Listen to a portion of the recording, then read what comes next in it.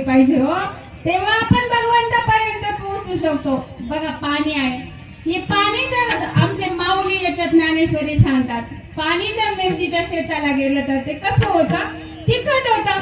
तेच पाणी उसाच्या शेताला गेलं तर गोड होतं.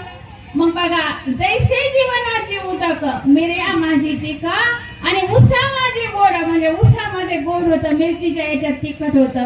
एक पाण्याचा थेंब तो गटारीच्या पाण्यात पडला, तो गटारीसारखा झाला. तोच पाण्याचा थेंब आहे ना, गरम तव्यावरती पडला तर त्याचं अस्तित्वच नाहीसं झालं व.